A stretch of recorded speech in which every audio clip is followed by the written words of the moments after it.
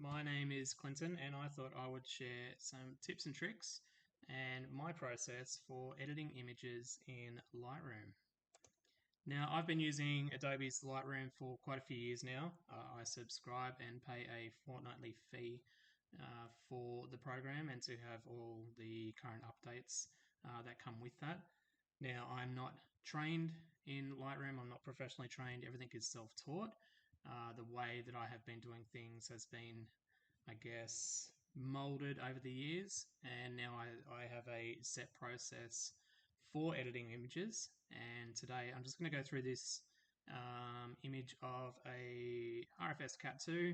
I'm going to show you things like cropping, masking, AI removal of subjects, and just what I do when I post process images. Now, I shoot in RAW format on my camera, so it's not in JPEG. It comes off the camera in a very, very large file, but shooting in RAW gives me full creative ownership, I guess, of the image. Whereas in JPEG you can only edit an image to a certain extent. Whereas shooting in RAW, it's like film. You get every piece of data in the image for you to be able to edit and post process.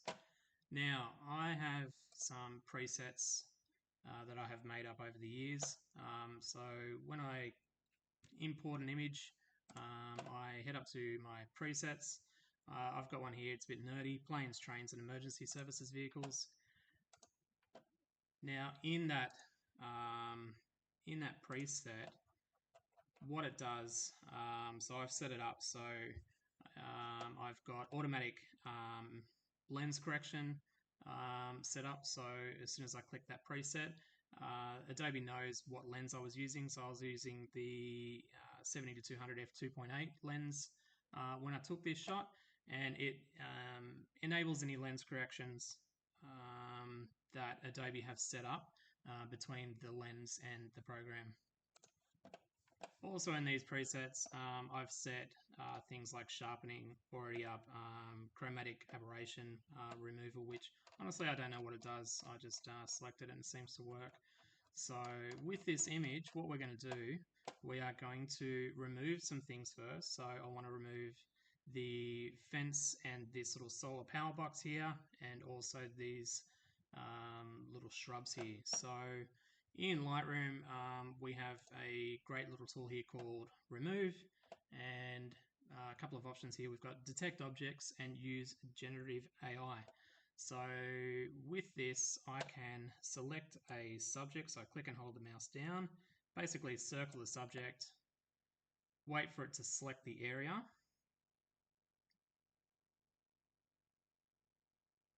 and wait.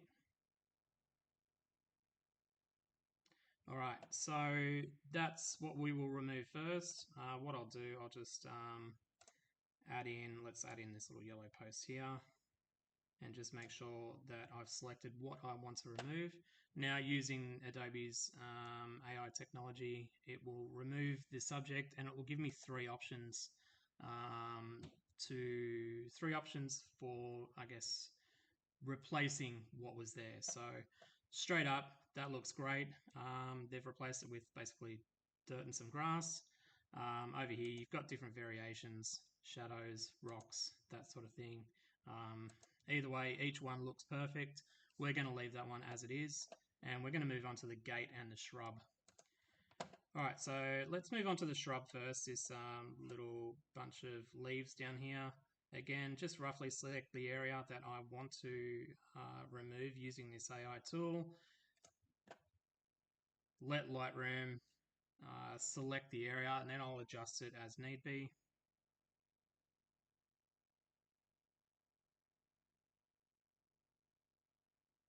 All right, so let's just add a little bit more in here. Let's add what is down here in this corner.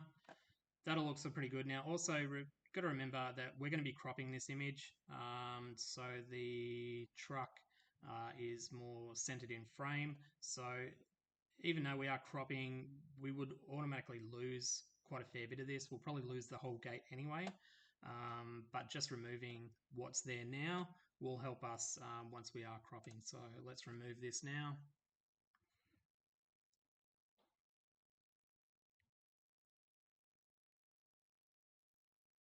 Perfect, that looks good. What we'll do, we'll also do this gate here. Let's just select the gate. I don't know how it's going to go with this gate actually, just the fact that it has all these cross-section wires here, whether it selects the whole gate or just parts of it. Either way, or I'd be happy with removing just part of the gate. Okay, so it's selected the whole thing. Let's remove that.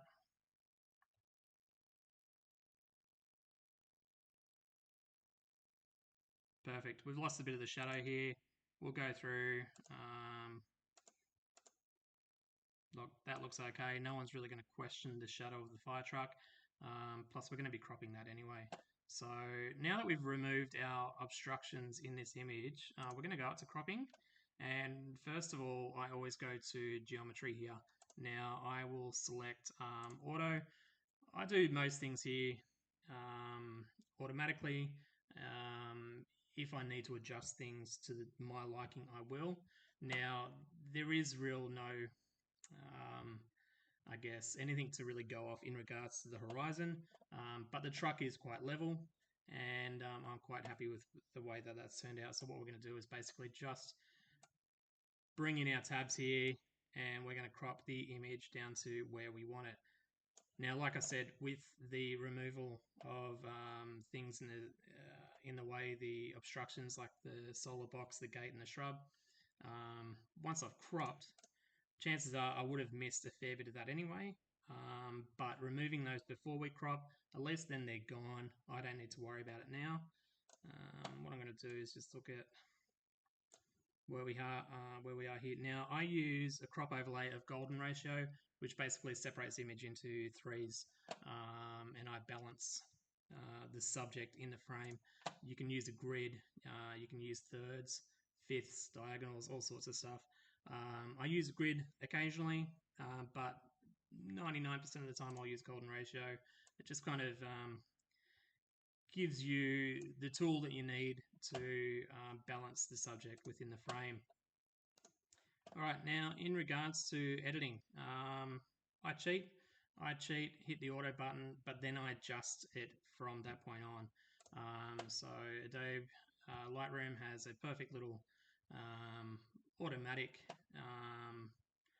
button here to edit the image the way that it seems fit, and then I will adjust things from there on. Now, just first off, I'm just going to lower that crop a little bit there. It's bugging me. So looking at things like, I've got the histogram up here in the top right corner. At the moment, the image is quite dark. I can tell that with the little white triangle up here, being that it's selected white. Again, I don't know a lot of this sort of stuff. I don't know the tools. I don't know the terms. I just know what I'm looking at, and I know how to adjust things. So our exposure is slightly low, so I'm actually just going to reset that back to 0. Now, contrast, I usually always go 10, 12 to 15 contrast. Just gives that image a little bit more, I guess, thickness, a little bit more depth. And occasionally I lose my editing box here. Let's bring that back. All right, so highlights. I'm going to keep that around that minus 65 highlights. Highlights are just kind of, it softens and sharpens the image, I guess. So minus 50 to minus 65 is where I usually work. Most of the time I go with minus 50, but this image is quite exposed, so we're going to lower that down to minus 60. Shadows, I'm happy with 50. Now, I'm a bit OCD. I like round numbers. I don't like these minus 49s, 23s, bits and pieces like that. So I always round them up or round them down. So I've got a nice even number here. Whites. Now, because it is a little bit exposed, I'm going to bring that back down to 15. And we're going to leave the blacks. Look, let's see. We'll go minus 25 with our blacks. That looks pretty good. Going to bring our saturation back. I always try to leave saturation at 0. You don't want to oversaturate your image unless you're getting a little bit artistic with things. I tend to leave vibrance and saturation where they are. Now, what is important and what I always try to work my images for is a good white balance. Now, our white balance, it basically just measures and adjusts the warmth of the image. You can have an image that's too warm, you can have an image that's too cool. Lost my panel again. So there are, again, automatic settings. So at the moment, it's shot as the camera shot it. There's automatic, which I don't tend to use. That actually looks quite a little bit too cool. Daylight tends to be way too warm. Cloudy, it wasn't a cloudy day. And then it just goes berserk from there. So what we're going to do, we're going to leave it as shot, but we're going to use our, I call this our little eyedropper. So with our eyedropper, we find something that's white, and you base the image, you base the white balance on something that's white. So we're just going to click on something white here, and that there should be our perfect white balance. I'm pretty happy with that so far. All right, so let's look at masking. Now, I've picked an image that doesn't really need to be masked. The background being quite dry. I'm usually worried about greens and thicker greens, darker greens. But because where I shot this was up near Goulburn, it's quite dry up there. The background is, I guess, it's quite neutral in regards to the colours of this Pomeroy 2. So what I'll do, we'll do it just so I can show what I do here. Now, in creating masks, you can basically create a layer on the image. So what I can do is I can select basically just the truck and separate the truck from the background. So I can then sharpen the truck and soften the background.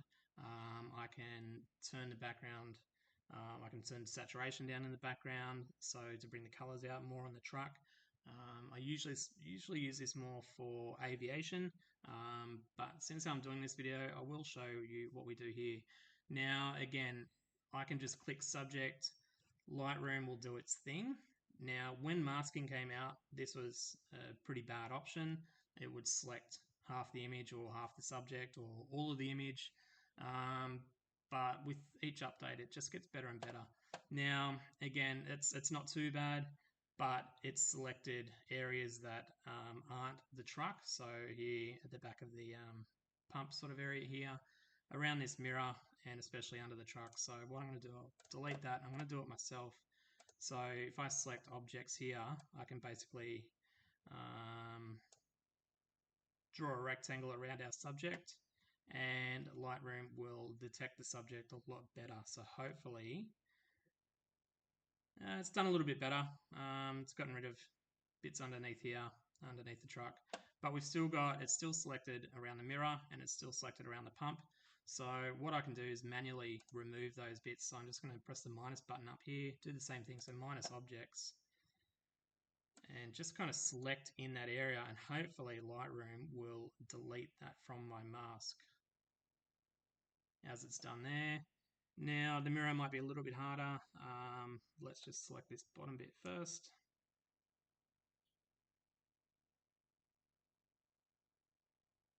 Okay, that hasn't really worked, so I'm just going to undo that. And let's try again. So remove subjects. Just select the grass in the middle of that mirror there. Not playing ball. Let's try the top bit. So minus objects. Actually, let's do it down here in the bull bar. This should be a lot easier. Bam. Let's do the next one. All right, that's worked. Let's see if we can do the top one.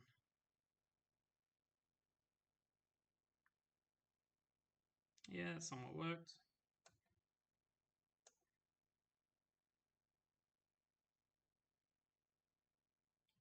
Okay, all right. Look, that's worked well enough. I've already edited this image and I've already got it scheduled for posting. So what we're doing here is, I guess this is just a bit of a tutorial, a bit of a tips and tricks video. I won't be posting this video, this image, so I'm not too phased. But now that we've got roughly the subject selected, what we can do is we can duplicate and invert the mask. So we're going to make a second mask, but we're going to invert it. and select just the background, not the truck.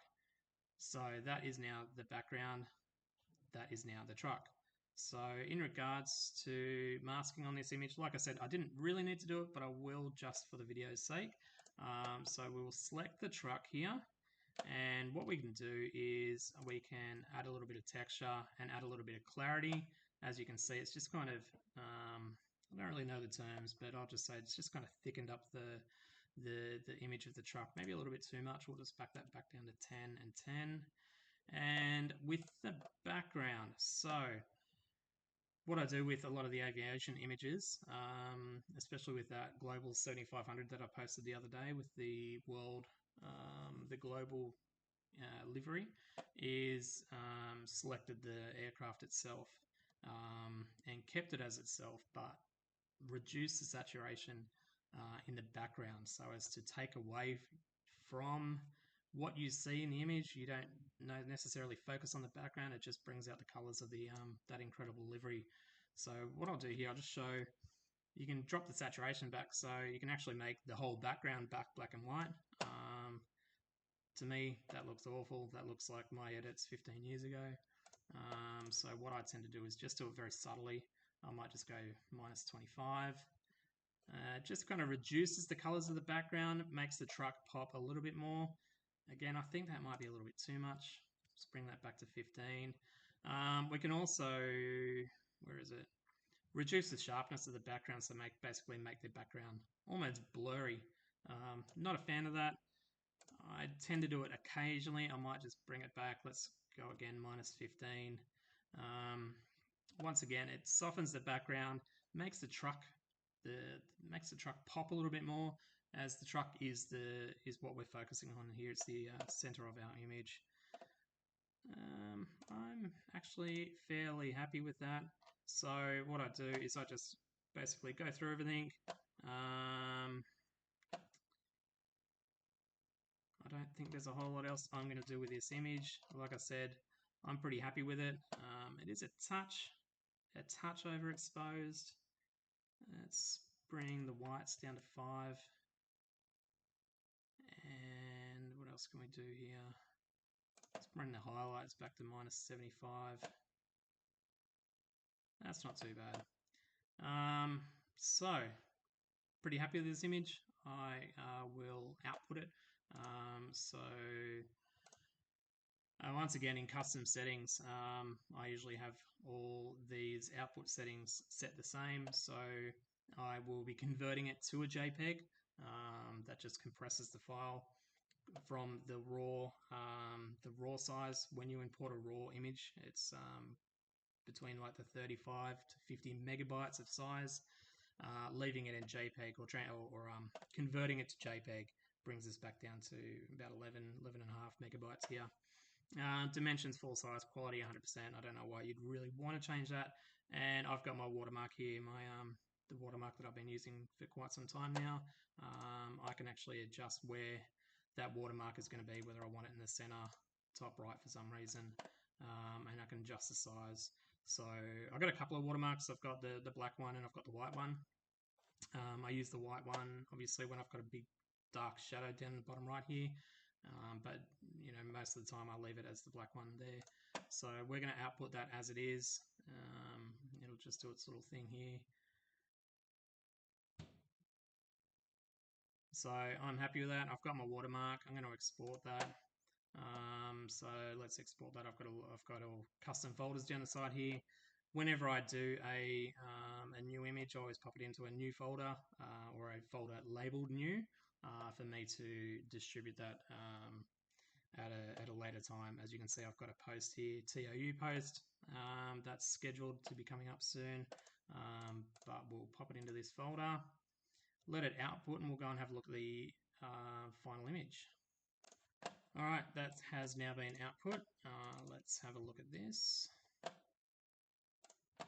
And that's our image. That's Pomeroy 2, a Royal Fire Service Cat 2 out of fire out near Goulburn recently.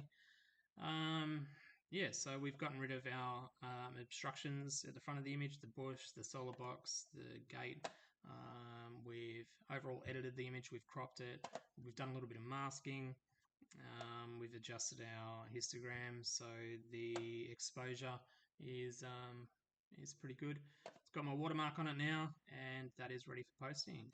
So that's about it. I'm pretty happy with where we went with that. I will be doing a few more. Hopefully, I'll be explaining it a little bit more in detail, but keeping the video shorter. Now that I've got the basics out, I thought I'd see how this goes. And yeah, any questions? Hit me up, message me, comment on this video once it's posted, and I can give you as many tips and tricks as I can in regards to what I know when it comes to Lightroom. So thanks very much for watching, and yeah, keep supporting. Look out for the next video. Cheers, guys.